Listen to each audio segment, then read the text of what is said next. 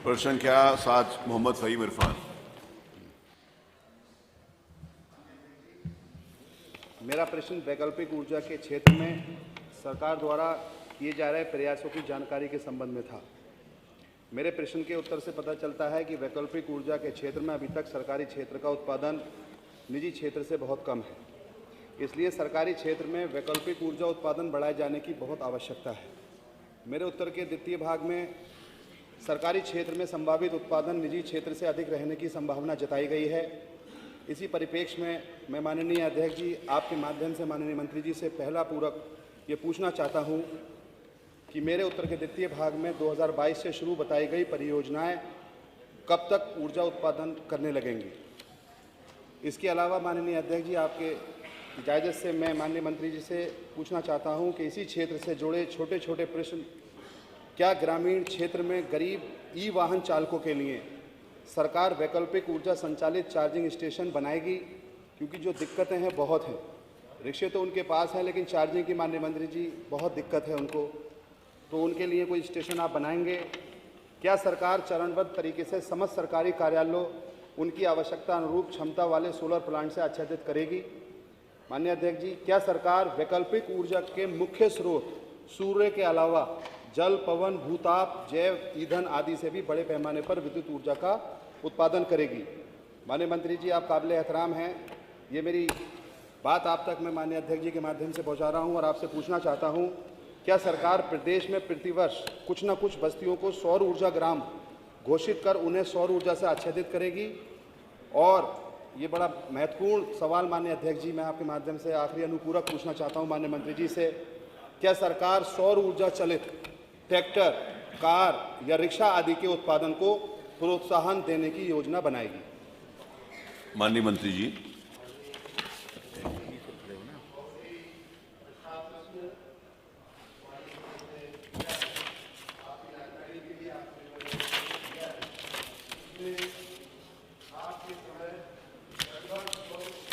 का उत्पादन नील होता था, कुछ था ही नहीं। सूरज आपने देखा ही नहीं क्योंकि रोशनी तो आप देखना नहीं चाहते। तो अब जो भी उत्पादन हुआ है ये इधर के रिसेंट ईयर्स में हुआ है।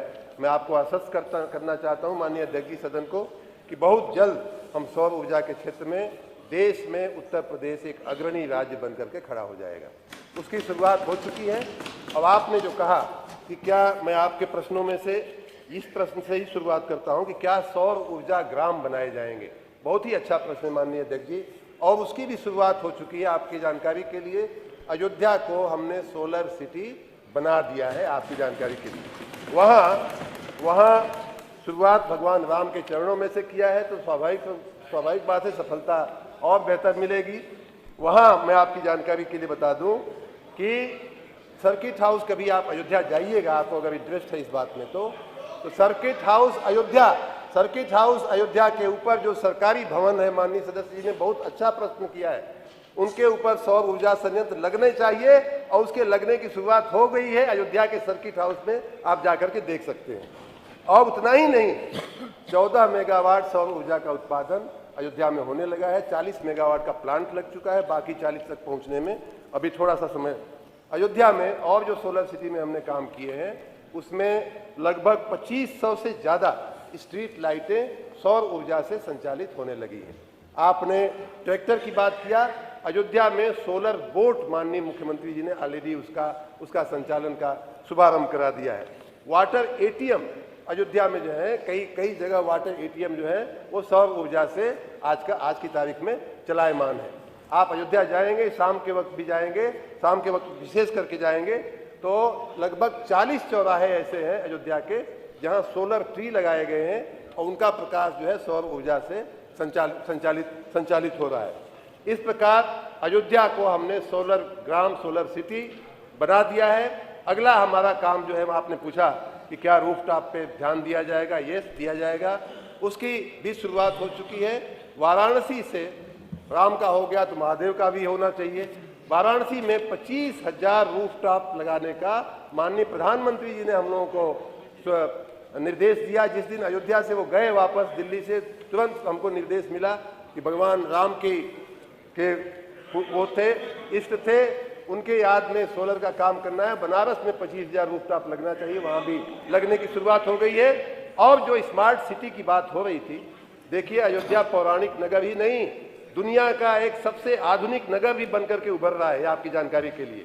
और उसी लाइन पे राज्य के पहले हम 70 महानगरों को लेंगे, 17 महानगरों को लेंगे, और उसके बाद जैसा आपने कहा कि ग्रामीण इलाकों में भी जाएंगे। एक अन्य महत्वपूर्ण सवाल आपने किया है चार्जिंग स्टेशन का। चार्जिंग स्टेशन माननीय अध्यक्ष जी हमारे ध्यान में है। ये समस्या कि जब तक चार्जिंग स्टेशन नहीं बनेंगे तब तक चार्जिंग नहीं होगी तो लोग वाहन का उपयोग नहीं करेंगे। उस दिशा में हम काम कर रहे हैं। आने वाले दिनों में उसके लिए हम अलग रोड मैप बताएंगे। प्रश्न का नाम श्री पंकज मल्लिक। माननीय मंत्री जी ने जो बताया, क्योंकि धर्म तो आस्था का नाम पंकज है। एक मिनट। भगवान राम हम सबके हैं, जैसे हुजूर मोहम्मद मुस्तफ़ा सल्लल्लाहु अलैहि वसल्लम सबके हैं। और हम कोई हाथ जोड़कर पूछता है, कोई हाथ फैलाकर पूछता है, और हम सबके दिल में हैं और हमको फॉलो भी करना चाहिए। और खुशी है इस बात की कि भगवान राम के बारे में बताया, अयोध्या के बारे में बताया। उसी क्रम में माननीय अध्यक्ष जी, मैं माननीय मंत्री जी से ये पूछूंगा कि जिस तरीके से अयोध्या को बताया गया, उन्होंने कहा कि बाकी और ले रहे हैं। मेरे क्वेश्चन का, मेरा जो क्वेश्चन है सिर्फ वो बताया कि ले रहे हैं। ग्राम जो गांव है वो भी बता गांव चुके हैं। घोषित कर उन्हें सौर ऊर्जा में आच्छादित करेंगे। उसका उत्तर माननीय मंत्री जी एक छोटी सी बात गांव के बारे में बता चुके हैं पंकज मलिक। ना गांव वाले में गांव वाले में भी उत्तर आ गया, आपने सुना नहीं? अरे बता रहे हैं। अरे आ गया उत्तर।